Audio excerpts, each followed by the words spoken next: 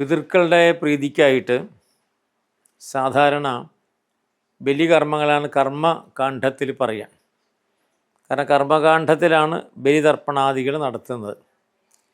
അപ്പം അതേപോലെ മറ്റ് ഉപാസനാ കാണ്ഡങ്ങളിലൂടെയും പിതൃക്കളെ പ്രീതിപ്പെടുത്താം എന്ന് ഒരഭിപ്രായമുണ്ട്. അപ്പോൾ പുരാണങ്ങളിലൂടെ അല്ലെങ്കിൽ നേരെ ആ തർപ്പണങ്ങളിലൂടെ ഉപാസനാ മാർഗത്തിലൂടെ നേരെ പിതൃക്കളെ തൃപ്തിപ്പെടുത്താനുള്ള മാർഗം എന്താണ് എന്ന് പറയുമ്പോഴാണ് പിതൃപ്രീതികരമായിരിക്കുന്ന ആ ഗ്രന്ഥങ്ങളും പിതൃപ്രീതികരമായിരിക്കുന്ന പുരാണ കഥകളും പാരായണം ചെയ്താൽ മതി എന്നാണ് പറയുന്നത്. സാധാരണ നേരെ പിതൃക്കളെല്ലാം പ്രീതയാകുന്നത് ഒന്ന് സാക്ഷാൽ ആ വാമനമൂർത്തിയുടെ ചരിത്രത്തിലാണെന്നാണ് പറയുന്നത്. അതുകൊണ്ട് വാമനാവതാര കഥയിൽ ഭാഗവതം പറയുക, വാമനമൂർത്തിയുടെ അവതാരം വായിച്ചു കഴിഞ്ഞാൽ പിതൃക്കൾ സന്തോഷിക്കും എന്ന് പറയും. അപ്പോൾ ശ്രാദ്ധം മുട്ടാൻ കഴിഞ്ഞില്ലെങ്കിൽ വാമനാവതാരം വായിച്ചാൽ മതി എന്നാണ്. ഭാഗവതത്തിൽ നേരെ 16 മുതൽ 23 വരെയുള്ള അധ്യായങ്ങളാണ് വാമനാവതാരം. അത് വായിച്ചാൽ പിതൃക്കൾക്ക് പ്രീതികരമാണ്, പിതൃക്കൾ സന്തോഷിക്കും എന്നാണ് എടുത്തു പറയുന്ന കാര്യം. അതാണ് ഒന്നാമത് പറയുന്നത്. അപ്പോൾ പിതൃക്കളൊക്കെ സന്തോഷിക്കും. അപ്പോൾ അത് ചെയ്യാൻ സാധിക്കാത്തവർക്ക് വാമനാവതാരം വായിക്കാം. മറ്റൊന്ന് നേരെ ഭാഗവതം കൈകാര്യം ചെയ്യാത്തവർക്ക് വേണ്ടിയിട്ടാണ് നേരെ ശാക്തേയ സമ്പ്രദായപ്രകാരം പറയും. ഇത് വൈഷ്ണവ സമ്പ്രദായമാണ്. ശാക്തേയ സമ്പ്രദായത്തിൽ 108 ശക്തിപീഠങ്ങളുണ്ട് എന്നാണ്.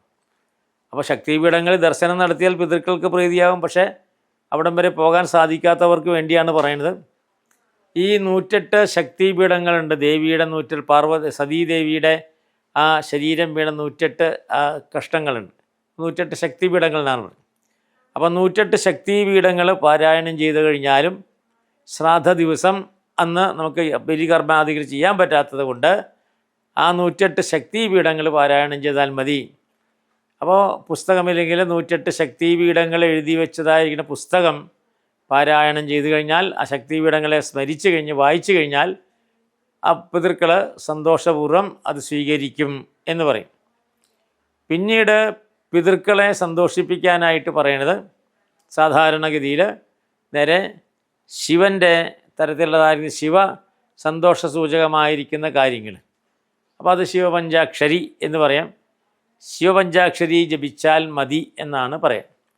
അപ്പോൾ അങ്ങനെ ശിവപഞ്ചാക്ഷരി ജപിച്ചിട്ട് നേരെ സന്തോഷിപ്പിച്ച് കഴിഞ്ഞാൽ ശിവപഞ്ചാക്ഷരി വെച്ചാൽ നമഃശിവായ അത് ജപിച്ചു കഴിഞ്ഞാൽ പിതൃക്കൾ സന്തോഷിക്കും. ശ്രാദ്ധ ദിവസം ശുദ്ധമായിട്ട് പിതൃപഞ്ചാക്ഷരി ജപിച്ചാൽ മതി എന്നുണ്ട്. അപ്പോൾ ദേവീ സമ്പ്രദായത്തിലും വിഷ്ണു സമ്പ്രദായത്തിലും ശിവസമ്പ്രദായത്തിലും ഈ ഉപാസനാ മാർഗത്തിലൂടെ ഇത് അനുഷ്ഠിച്ചു കഴിഞ്ഞാൽ അത് സാധിക്കും എന്നാണ് പറയുന്നത്. പിന്നീട് പിതൃക്കൾ സന്തോഷിക്കുന്നതായിരിക്കുന്ന കാര്യം നേരെ ഗരുഡപുരാണം എന്നൊരു പുരാണമുണ്ട്. അതിൽ പ്രേതകൽപ്പമുണ്ട്. പ്രേതകൽപ്പത്തിലെ മുഴുവൻ വായിക്കണമെന്നില്ല. പ്രേതകൽപ്പത്തിലെ പ്രധാന ഭാഗങ്ങൾ, അതായത് പിതൃക്കൾക്ക് നേരെ മോക്ഷം കിട്ടേണ്ടതായിരിക്കുന്ന ഭാഗങ്ങളുണ്ട് അതിൽ.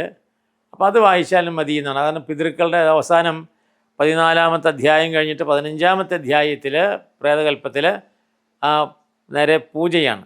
അപ്പോൾ നേരെ പിതൃക്കൾക്ക് മോക്ഷം കിട്ടാനുള്ളതായിരിക്കുന്ന പൂജാവിധികളുണ്ട്. ആ പൂജാവിധി പാരായണം ചെയ്ത് കഴിഞ്ഞാലും നേരെ പിതൃകർമ്മം ചെയ്ത ഫലമാണ്. അപ്പോൾ ഉപാസനാ മാർഗം അതാണ്.